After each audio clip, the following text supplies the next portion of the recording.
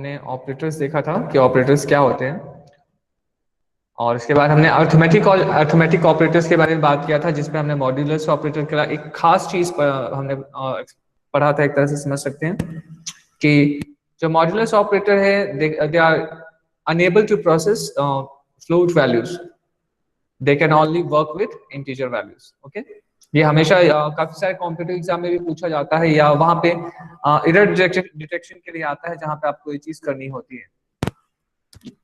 Okay, इसके बाद हम लोगों ने इंक्रीमेंट एंड डिक्रीमेंट ऑपरेटर पे स्टार्ट किया था बात करना। इंक्रीमेंट ऑपरेटर का दो वर्जन होता है, एक pre increment and post increment. Similarly decrement का होता है pre decrement and post decrement. इनका जो बेसिक जो यूज है, जो most of the use of mostly use होते हैं, ये लूप के साथ होते हैं।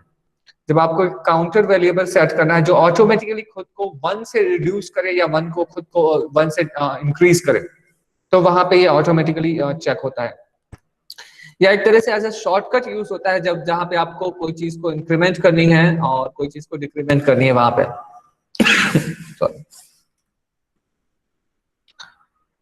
ओके, मैं कुछ और मैं ऑपरेटर्स आप लोगों को करता हूं ताकि हम थोड़ा सा इफ एल्स पे आ सकें। ओके, डिक्रीमेंट जस्ट इसका उल्टा काम करता है, जैसा इंक्रीमेंट काम करता है, डिक्रीमेंट उससे जस्ट उल्टा काम करता है। वो क्या करता है, उसे वैल्यूज को डिक्रीज करता है बाय 1 से। ओके, मैं इसे डिक्रीमेंट करता हूं। ओके, यहाँ पे डिक्रीमेंट आ जाएगा। हाँ, अगर अपन कहीं पे प्लस की वैल्यू डिफाइन कर देगी, प्लस की वैल्यू 2 होनी चाहिए या 3 होनी चाहिए, तो वो मतलब प्लस को इसे ऑपरेटर ओवरलोडिंग बोलते हैं। देखो यही चीज प्रॉब्लम है, सी वो सारे बेनिफिट्स नहीं देता कि जिससे हम उस ऑपरेटर का डेफिनेशन रीडिफाइन कर सके, और यही जो बेनिफिट है सी प्लस प्लस में आपको मिलता है, इसे ही ऑपरेटर ओवरलोडिंग कहते हैं। जैसे कि हम फंक्शन को रीडिफाइन करते हैं, राइट, हम फंक्शन को ओवरलोड करते हैं कि एक ही फंक्शन का हम मल्टीपल डेफिनेशन देते हैं। जब तुम लोग सी प्लस प्लस में पढ़ोगे तब ये स्पेशली कॉन्सेप्ट एडेड है सी प्लस प्लस में, ऑपरेटर ओवरलोडिंग। आप वहां पे किसी भी ऑपरेटर का जो पहले से एग्जिस्ट करता है, और इसमें कुछ रिस्ट्रिक्शंस है, 3-4 ऑपरेटर्स को आप फिर से रीडिफाइन नहीं कर सकते, बाकी सारे ऑपरेटर्स को आप रीडिफाइन कर सकते हैं। उनका फंक्शन क्या होगा, आप इवन तो आप एडिशन को सब्सट्रैक्शन का डेफिनेशन दे सकते हैं वहां पे। ठीक है सर, गुड क्वेश्चन। ठीक है, मैं यहाँ पे इसे सब्सट्रैक्ट करा सकता हूँ, निगेटिव निगेटिव एंड सॉरी। ठीक है, मेरा प्रोग्राम तैयार है। ये डिक्रीमेंट करने के लिए मुझे बस यहाँ पे एक वैल्यू से देना पड़ेगा 5। मैं असाइन करता हूँ 5 से 6 से, एंड अब इसे देखते हैं अपन।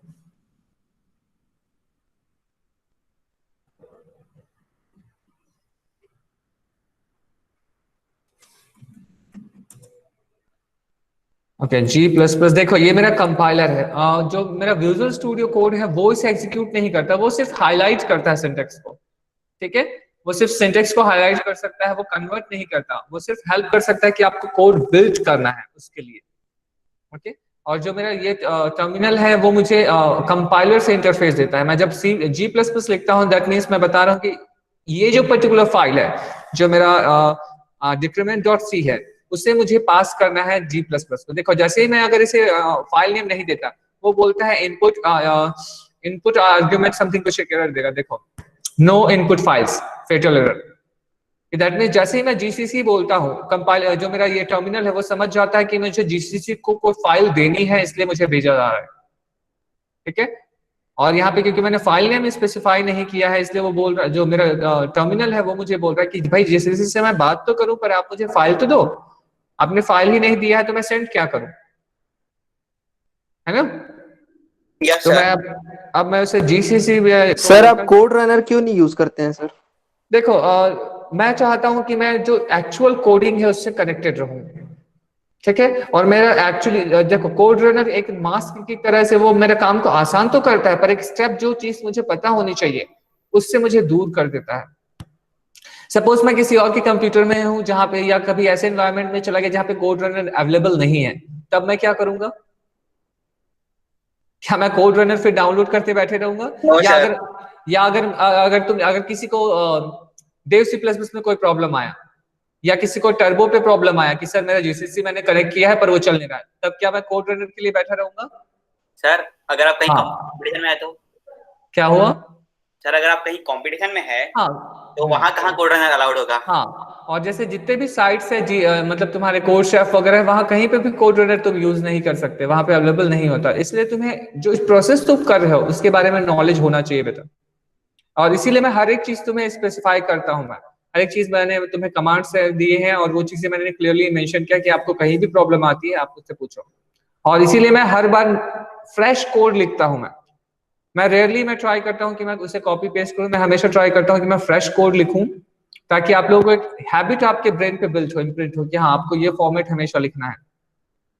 और इसलिए मैं हर बार उस चीज को मैं खुद से रन करता हूँ ताकि आपको वो चीजें एटलीस्ट आपको याद रहे कि G++ है, उसके बाद उसका फाइल नेम है dc.c और उसने उसे कंपाइल कर दिया। अब उसके बाद देखो, अब यहाँ पे ये भी डिफरेंस आता है कि जब तुम इसे, मैं अभी क्योंकि उबंटू में हूँ तो उबंटू में इसे रन का प्रोसीजर अलग है, और जब मैं विंडोज पे जाता हूँ तो मुझे इसे डिफरेंट वे पे रन करना पड़ता है। उबंटू में है डॉट / उसके बाद a.out और एंटर। अगर आप यहाँ पे विंडोज पे होते तो डायरेक्ट बोलता a.exe टाइप करना पड़ता मुझे, a.exe, और वो फिर उसे रन करता। ठीक है, होप की क्लियर हो गया सभी को? Good. Yes sir. Sir Ubuntu action नहीं देता ना? नहीं, ये exe रीड नहीं करता। ठीक है, अब देखो यहाँ पे मुझे इनिशियल वैल्यू मुझे 6 मिल रही है, जो मैंने उसे 6 दिया है, और उसके बाद वो उसे एज इट इज प्रिंट कर रहा है। उसके बाद देखो यहाँ पे वो पहले डिक्रीमेंट कर रहा है वैल्यू को, फिर प्रिंट कर रहा है, इसलिए उसने 5 प्रिंट किया। एंड आफ्टर दैट उसने पहले उस वैल्यू को यूज किया, एक ही वैल्यू को, इसलिए वो 5 प्रिंट कर रहा है। उसके बाद उसे रिड्यूस कर दिया और इसलिए वो फिर 4 प्रिंट कर रहा है उसे। ठीक है, क्लियर है सभी को? Yes sir. Yes sir. Good.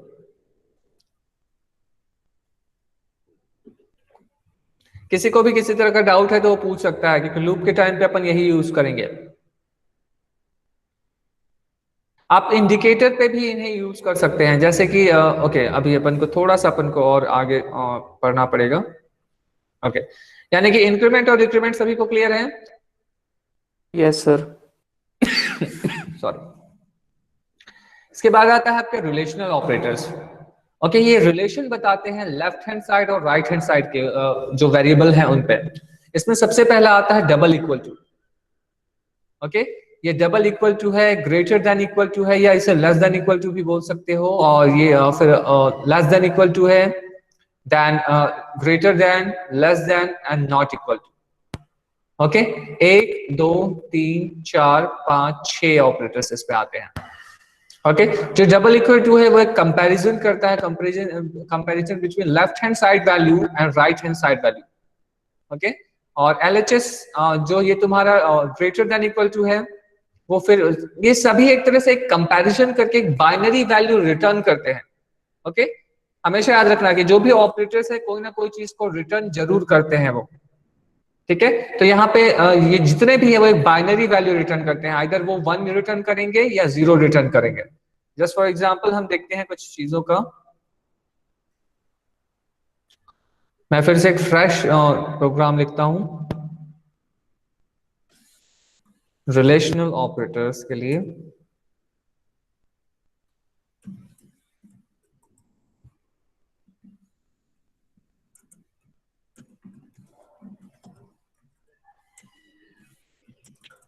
Okay, sorry.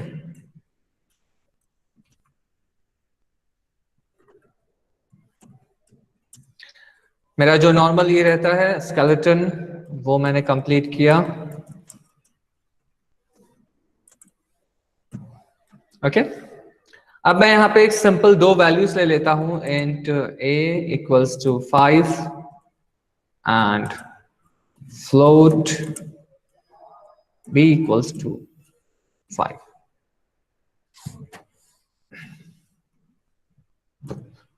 Sorry. Okay, ये 2 वैल्यूज मैंने ले लिया। अब ये इंट में ही एक और वैल्यू लेता हूं, मैं c ले लेता हूं।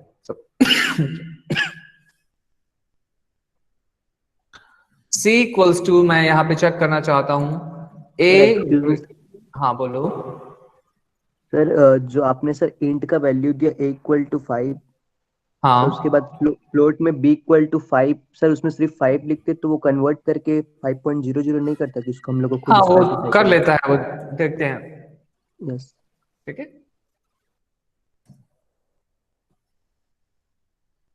अब कुछ चीजें हैं जो तुम्हारे एडिटर पे भी डिपेंड करता है, कि कुछ चीजें हैं जो एडिटर के अकॉर्डिंग या कंपाइलर के अकॉर्डिंग कुछ चीजें वो एरर डिटेक्ट करता है कुछ चीजों को।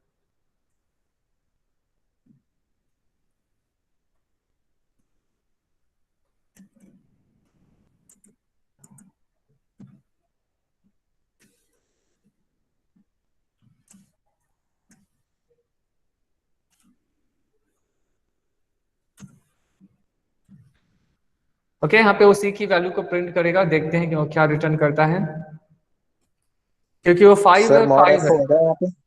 हाँ सर जो इंटीजर दिए वहाँ पे फ्लोट होगा क्या, जो प्रिंट प्रिंट जब कराएंगे C is equal to mod F होगा क्या? नहीं बेटा, क्योंकि वो इंटीजर है C, इसलिए मैं C को प्रिंट करा रहा हूँ, इसलिए मैंने इंटीजर का किया %d।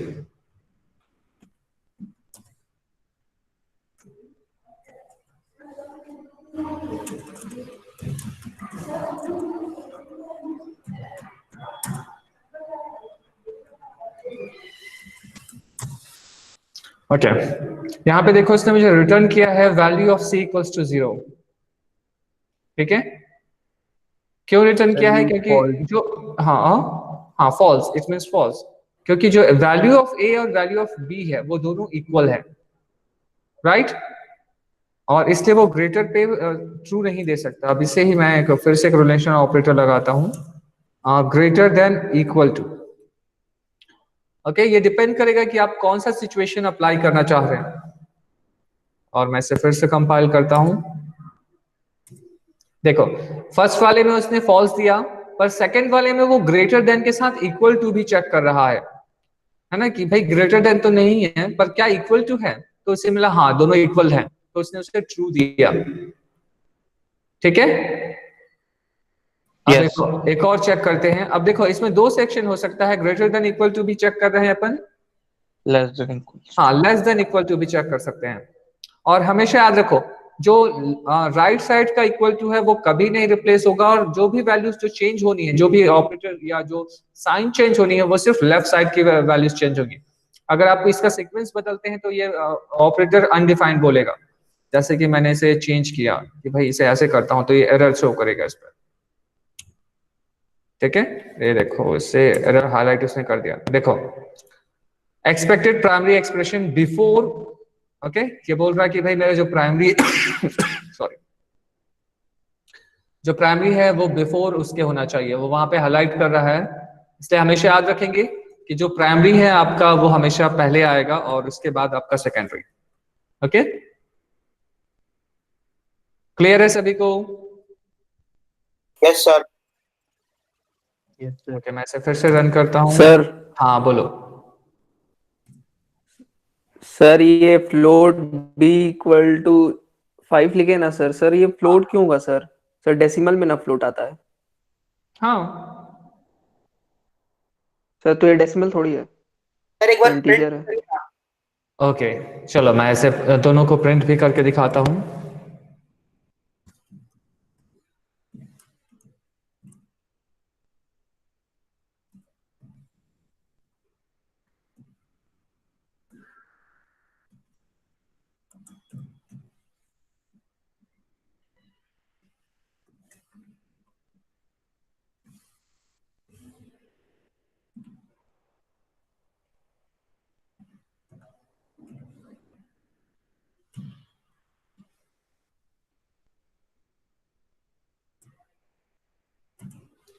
देखो, दिख रहा है तुम्हें?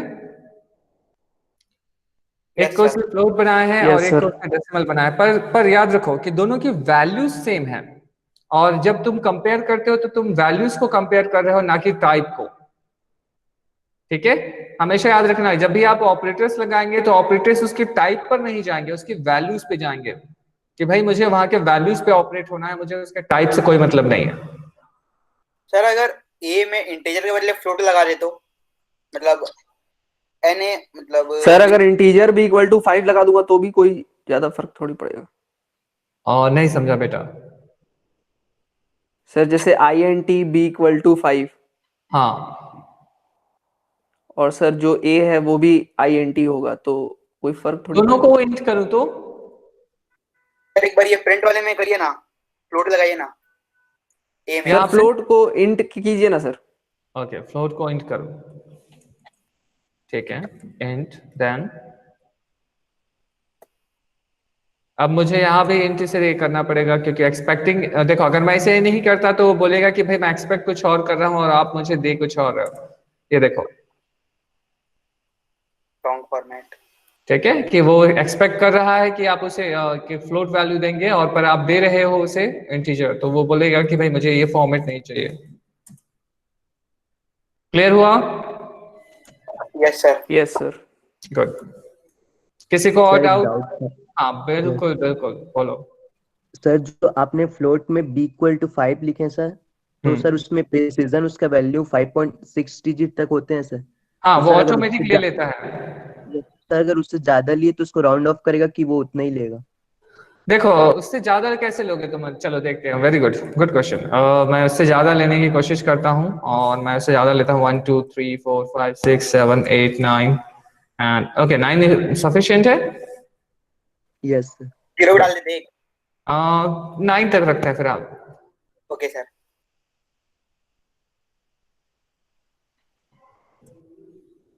देखा उसने क्या किया, 7 तक उसने ये किया उसे और बाकी को उसने राउंड चेंज मतलब इग्नोर कर दिया उसने।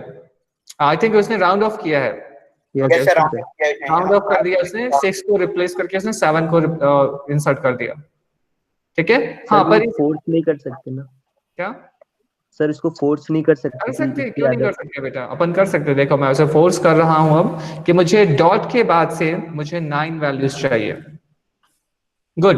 देखो तुम्हारे क्वेश्चंस ही वो हैं जो चीजें नई चीजों को मुझे बताने के लिए ये करते हैं, और इसलिए मैं बोलता हूँ कि क्वेश्चन पूछिए पर रिलेवेंट क्वेश्चन पूछिए जो मेरे अभी फिलहाल चल रहा है। उससे ज्यादा बेनिफिट होता है कि जिनको कुछ नहीं पता या जो कुछ मुझे एक्स्ट्रा पता है वो मैं बता सकूं। ओके मैंने इसे कंपाइल किया और मैं इसे रन करता हूँ। देखो इसने पूरा वहां तक जो उसके पास नहीं, आई थिंक उसने कुछ और ये किया है, ऐड ऑन किया उस पर। ओके 1 2 3 4 5 6 6 आफ्टर 6 उसने 9 एंड 5 ऐड किया है उस पर। सर समझ नहीं आया कुछ क्या किया। देखो उसने 3 3 6 3 9 उसने 9 सर डिजिट मतलब वो 9 डिजिट तक ले लिया। हाँ 9 डिजिट तक उसने लिया है, पर हाँ ये 9 डिजिट उसने नहीं लिया, उसने कुछ और अपना क्रिएट किया है। ओके उसने 4 एंड 6 तक उसने एज इट इज लिया है जहां तक उसका नॉर्मल है, एंड आफ्टर 6 उसने 9 को ये किया है, देन 5 उसने खुद ऐड किया है। सर समझ नहीं आया सर, दूसरी वैल्यू लेके देखे। देखो एक्चुअली जनरली जब आप कोई चीज कंप्यूट करते हैं तो सर एक बार अपन 2 डालिए ना। क्या हुआ? जहाँ पे आपने 9 डिजिट डाला है ना, डॉट हाँ 9, और थोड़ा कोई डिजिट बढ़ाइए तो। चलो इसे मैं 12 करता हूँ।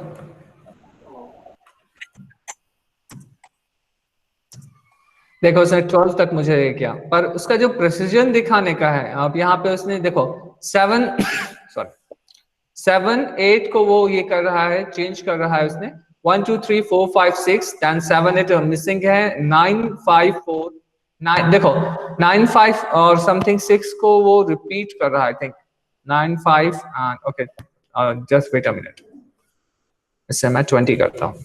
क्यों ना थोड़ा सा अगर एक्सपेरिमेंट कर रहे हैं तो थोड़ा सा अच्छा करते हैं।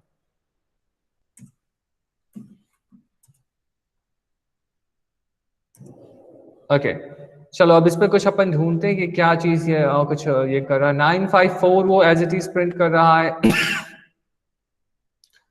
देन आफ्टर 956 प्रिंट कर रहा है, then 0 and then 546 something. Okay कोई ऐसा पैटर्न मुझे तो नहीं समझ आ रहा है, इसका कोई पैटर्न दे रहा है ये। सर ये वैल्यू कैसे आया सर? देखो जब तुम उसे फोर्स करने बोलोगे कि कुछ मुझे इतने तक चाहिए, मुझे 20 डेसिमल तक चाहिए, तो वो उस वैल्यू को और उस प्रिसीजन पे लाने की कोशिश करता है कि भाई मैं इसे कहां तक मैं रिप्रेजेंट कर सकता हूं, तो कुछ वो खुद से शायद उसने बिल्ड किया है। ये सर रैंडम वैल्यू। सर अगर 3 करेंगे तो 3 वैल्यू लेगा क्या हाँ, डेसिमल के बाद अगर का? जैसे ही हम इसे 3 करते हैं तो वो 3 वैल्यूज लेगा।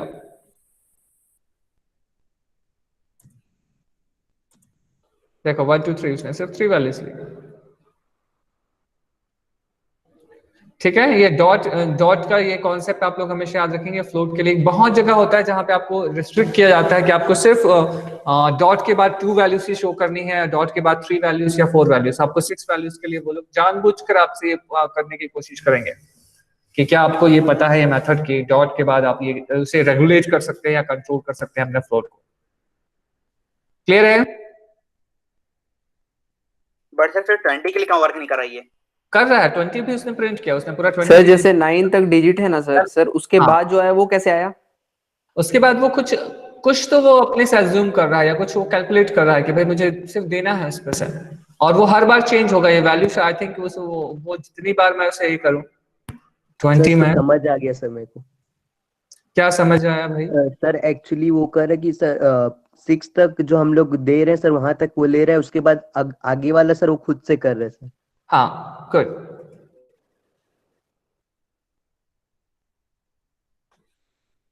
सर जैसे कि 1 2 3 4 5 6 तक दिए थे, उसके बाद 7 8 9 को अपने से वो रैंडम वैल्यू लिए सर। ये कुछ तो लगा रहा है जिसकी वजह से वो हमेशा वो सेम वैल्यू जनरेट कर रहा है। आई थिंक कुछ इंटरनल उसका इंस्ट्रक्शन सिस्टम होगा जिसकी वजह से ये हेल्प उसको हेल्प कर रहा है कि जो चीजें मेरे पास नहीं है वो उसके नियर बाई वैल्यूज को ये कर रहा था कि इसका एक्चुअल वैल्यू इम्पैक्ट ना हो।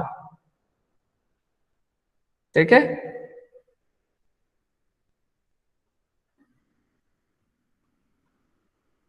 सर इसमें फोर्सफुली प्रिंट का ऑप्शन नहीं आता क्या? कैसा फोर्सफुली प्रिंट?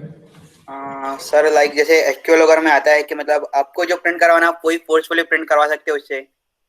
तो ये प्रिंट फोर्सफुली ही है। हाँ, वो खुद से तो कुछ प्रिंट करता ही नहीं, अपन उसको बोलते हैं कि भाई ये प्रिंट करिए तब वो प्रिंट करता है। नहीं सर लाइक मतलब उसमें क्या होता है कि अगर आप 9 के बाद डालेंगे तो वो 0 0 ले सकता है, बट यहाँ पे ये डिजिट ले रहा है।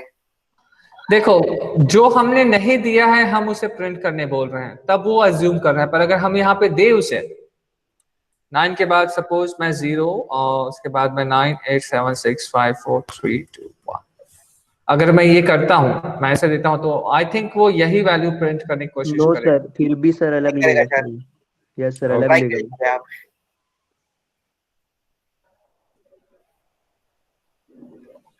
ठीक है, वैल्यू प्रिंट कर रहा है पहले जो कर और रहा देखो वो यहाँ तक 6 तक एज इट इज प्रिंट करता है, 6 के बाद 7 8 को वो मिस करता है, 9 तक वो एज इट इज करता है। उसके बाद वो शायद अपना कुछ एक फॉर्मेट है 9 5 4 9 5 6 0। था। सर नंबर को उल्टा करके देख लेते हैं, मतलब पहले 9 से चालू करते हैं फिर 1 1 2 बार रिपीट करते हैं।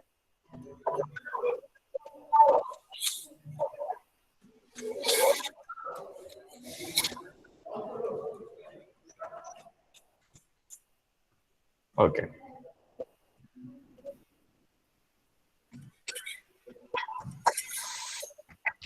Nine eight seven sir six जैसे 4 4 तक 2, लिया। उसने 2 तक लिया है एंड उसके बाद उसने 0। नो सर, 4 तक। 4 तक लिया सर, बाकी ओके, 4 तक लिया। 4 सर तक हम लिया लोग है। जो 4 के बाद 3 उसने मिस किया और 3 के बाद उसने 2 को ही किया 2 0 9 1। Okay, so what it's doing I sir, think sir actually 6 precision value sir जो हम लोग दे रहे वहां तक ले रहे हैं, उसके बाद से रैंडम जनरेट कर रहे हैं सर। हाँ, वो रैंडम उसके बाद से कर रहा है। ठीक है, yes sir.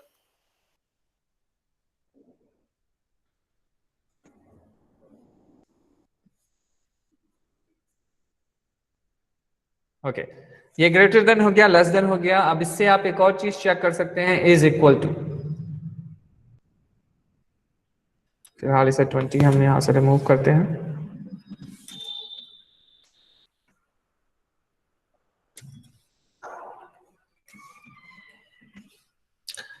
Double equal to check करता है कि क्या left value is equal to right value. Okay, और देखो ये जितने भी मैंने यहाँ पे सी को कैच करने के लिए रखा है, ये जो जितने भी ऑपरेटर्स हैं उसे आप सिंप्लीफाई भी कर सकते हैं। आप चाहें तो इसे सीधा यहाँ से भी प्रिंट कर सकते हैं।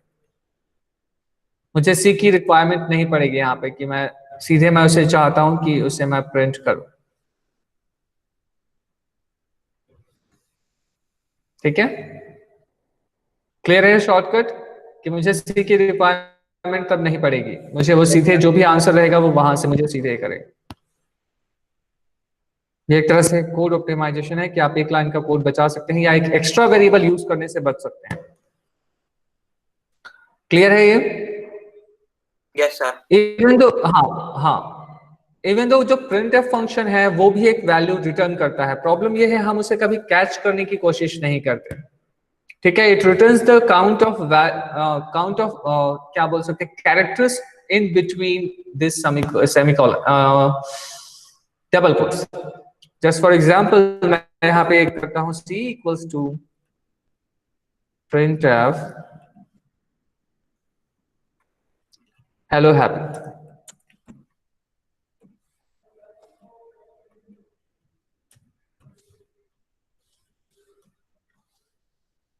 ओके, और उसके बाद मैं c की वैल्यू प्रिंट करता हूं।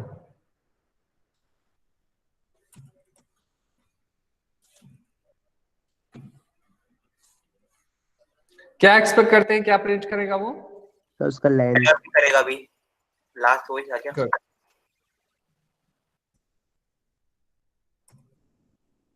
देखो इसने हेलो हैप्पी प्रिंट किया और सी की सॉरी सी पे उसने 13 प्रिंट किया है, c equals to 13। Sir integer लगाया तो उसने काउंट फंक्शन कर दिया उसको। क्या कर दिया? सर हाँ, उसका इंटीजर लेंथ, लगाया तो उसने मतलब वहां पे काउंटिंग चालू कर दी कि कितने कैरेक्टर लगे हैं। यस हाँ। Sir length. अगर इंटीजर हटा दिया अपन तो वो डायरेक्ट वैल्यू, मतलब वैल्यू के बदले वो करेगा प्रिंट। क्या रखूं यहाँ पे मैं d की जगह? हाँ सर, हटा दीजिए उसको। और कैरेक्टर के लिए यहाँ पे कोई डिफाइन रहता है कि हो जाता है ऐसे ही? c मेरा कैरेक्टर नहीं है बच्चे। देखो जो printf फंक्शन है वो हमेशा कोई ना कोई, जितने भी मैक्सिमम फंक्शन है वो कुछ ना कुछ रिटर्न करते हैं, जिससे सिस्टम को पता चलता है कि इस पर्टिकुलर जो ऑपरेशन है, इस पर्टिकुलर जो फंक्शन जिससे मैंने कॉल किया था उसने सक्सेसफुली ऑपरेशन परफॉर्म कर लिया है। ओके, और यहाँ पे जो printf फंक्शन है वो एक इंटीजर वैल्यू रिटर्न करता है हमेशा। आप यहाँ पे भी चेक कर सकते हैं, अगर मैं सपोज यहाँ पे c इक्वल्स टू लिखूं, ओके c इक्वल्स टू मैंने वहां लिखा और मैं हैप्पी वाला लाइन अभी कमेंट करता हूं और मैं इसे प्रिंट करता हूं, क्योंकि मुझे जानना है c की वैल्यू क्या है, इसलिए मैं इसे डेसिमल इंटीजर वैल्यू वहां से प्रिंट कराता हूं। ये देखो c इक्वल्स टू, फिर उसने 13 दिया। देखते हैं c की वैल्यू 13 कैसे है। 1 2 3 4 5 6 7 8 9 10 11 12 13। ओके गुड, समझ आया मैं कैसे काउंट किया मैंने? Yes sir. बाकी लोगों को? सर एक बार फिर। ये बहुत ज्यादा इंपॉर्टेंट क्वेश्चन है बेटा, ये गेट पे भी पूछा जा सकता है कि आपको कभी ऐसा सिचुएशन दे दे, या आपके इंटरव्यू में पूछा जा सकता है कि अगर मैं ऐसे करूं तो what is the value of C. देखो सी कैरेक्टर्स को काउंट करता है। अब कैरेक्टर कितने टाइप के होते हैं कोई बताएगा मुझे? कल शायद मैंने एक्सप्लेन किया था।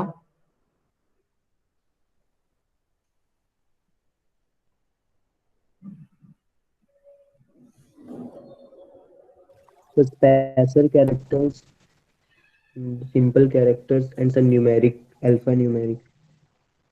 ओके, कंप्यूटर के टर्म्स में कहें तो कैरेक्टर्स को दो टाइप के होते हैं, एक होते हैं प्रिंटेबल कैरेक्टर्स एंड एक सेकंड होते हैं non printable characters. Okay, just a minute.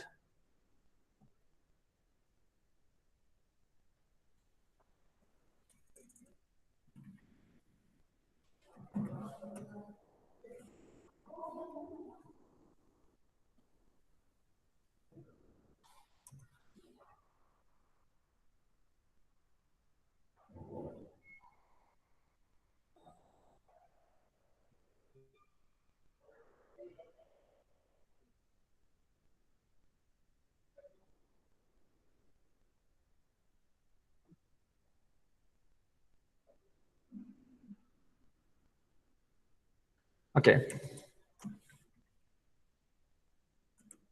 Characters दो टाइप के होते हैं इसके पास, पहला होता है प्रिंटेबल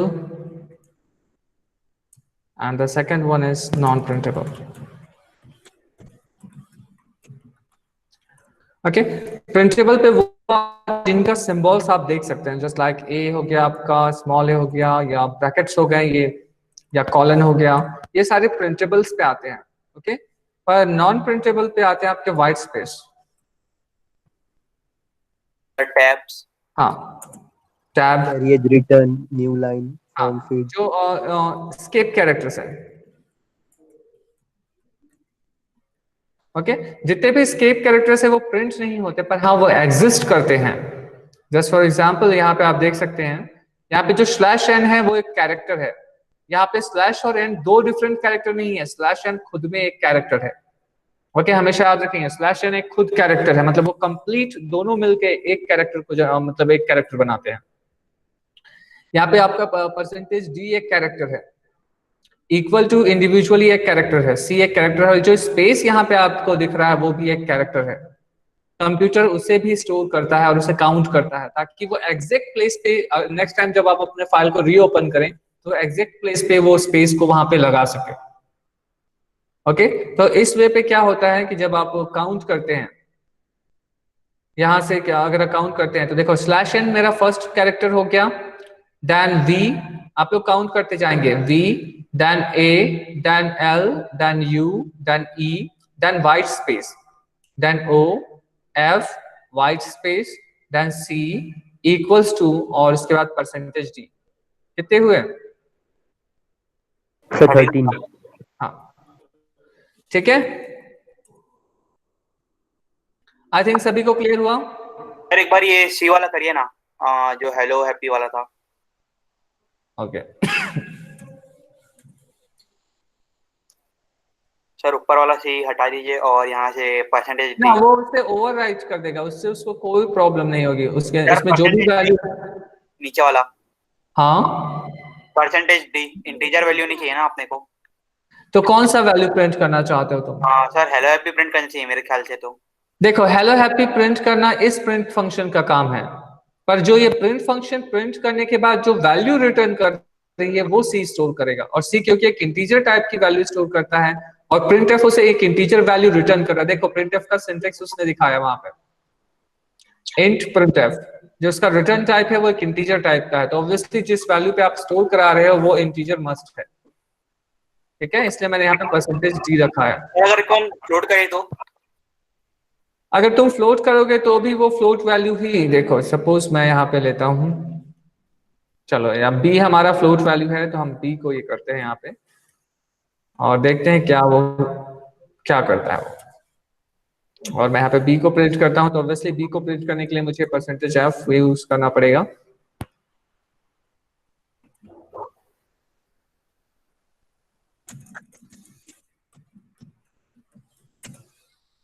ओके, उसने 13.000 प्रिंट कर दिया।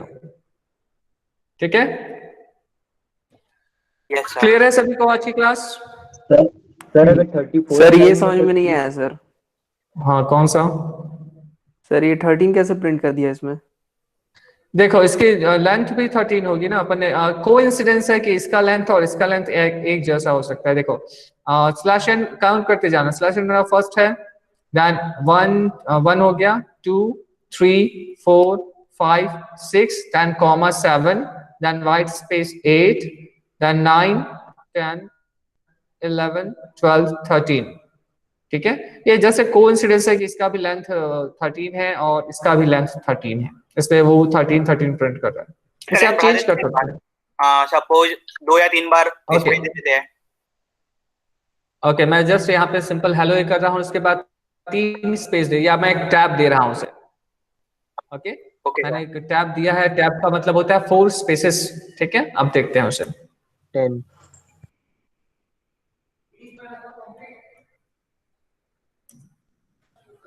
उसने 9 प्रिंट किया है। देखो ये स्लैश एन है, वो सिंगल कैरेक्टर पे आता है, स्लैश एन एक सिंगल कैरेक्टर हो गया, 1 2 3 4 5 6 चाहिए फिर 6 + 4 is 10. ये तो 10 So, है। okay, 6 + 4 1 2 3 टैब हुआ 1 2 3। ओके, मेरे सिस्टम में ये 3 स्पेस ले रहा है 1 टैब पे। ठीक हर सिस्टम में एक ही स्पेशल होता है।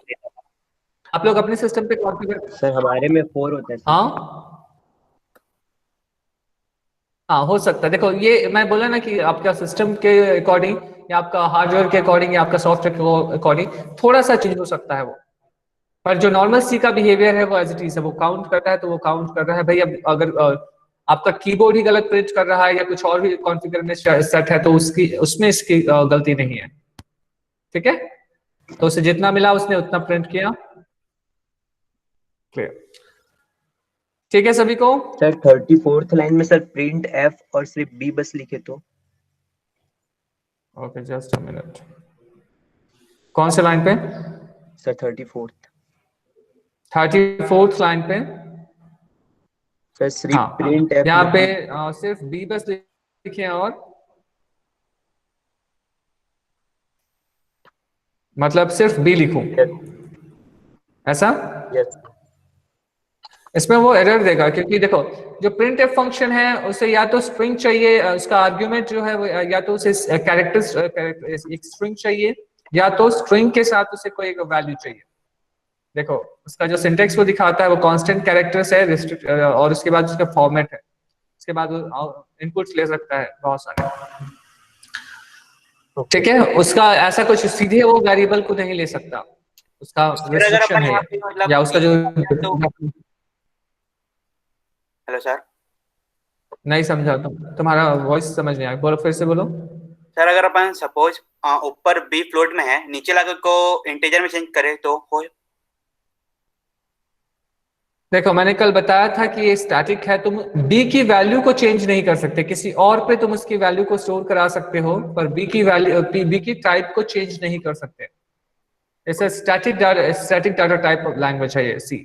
Okay sir. ठीक है, यस सर। ओके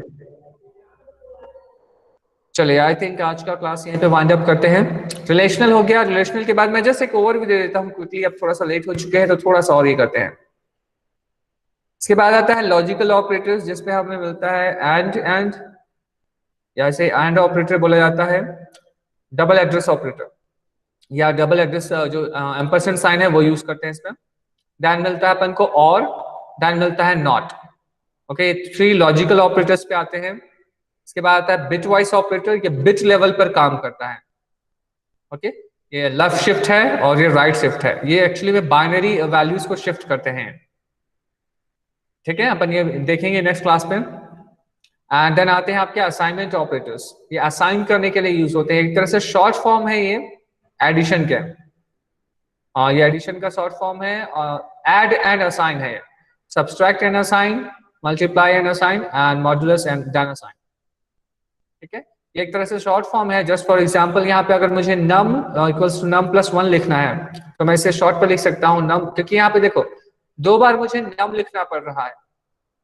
ओके उसे मैं एक शॉर्ट पर लिख सकता हूँ num प्लस इक्वल्स टू 1 कि मुझे num को ही ऐड करना है num पे 1। और जैसे कि शायद किसी ने पूछा था कि सर अगर मुझे जो प्लस प्लस 1 है, जो प्लस प्लस है उसका 1 सिंगल वैल्यू ऐड कर रहा है उसे मुझे चेंज करना है, तो यहाँ से आप चेंज कर सकते हैं। जस्ट फॉर एग्जाम्पल अगर मुझे जैसे मैं प्लस प्लस ए लिखता हूँ और इससे क्या होता है कि सिर्फ वो एक ही सिंगल 1 ऐड करता है, पर अगर मुझे इसमें ज्यादा इसका जो एडिशन है वो बढ़ाना है तो मैं इसे कर सकता हूँ a प्लस इक्वल्स टू 2 कर सकता हूँ। इससे होगा क्या कि वो a पे 2 ऐड करते जाएगा हर बार। ओके इसका जो एक्सप्रेशन, इसका फुल एक्सप्रेशन ये क्या बनाता है, ये a equals to a plus 2। Okay इसका फुल एक्सप्रेशन है इसका। आप जितना चाहें उतना उसे चेंज कर सकते हैं, अगर आपको मल्टीप्लाई करना है और ज्यादा ये करना है इसे तो आप उसे वो भी कर सकते हैं इक्वल्स टू 10 या हर बार a पे 10 का डिफरेंस ये क्रिएट करेगा। क्लियर है सभी को? क्लियर है?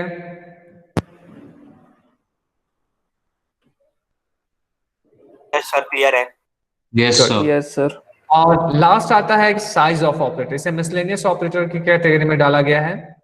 ये एक इंटीजर वैल्यू रिटर्न करता है और ये आपके डाटा टाइप की साइज बताता है कि कौन सी वेरिएबल ने मेमोरी स्पेस पे कितना स्पेस लिया है। ओके ये उसकी मतलब उसका साइज रिटर्न करता है कि जो पर्टिकुलर वेरिएबल है उसने मेमोरी पे कितना साइज लिया है वो रिटर्न करता है। ओके तो ये तो थे आपके सी के कुछ जो बेसिक ऑपरेटर्स है, और इन्हीं ऑपरेटर्स को हम आगे यूज करते जाएंगे। ओके नेक्स्ट क्लास में थोड़ा सा और कवर करेंगे, पर आप लोगों के पास ये पीडीएफ अवेलेबल है, एक बार उसे देखिए और कुछ प्रोग्राम्स इसके रीड करिए या कुछ प्रोग्राम्स खुद से बनाइए इनके यूज करके। चलिए आज की क्लास यहीं पे वाइंड अप करते हैं।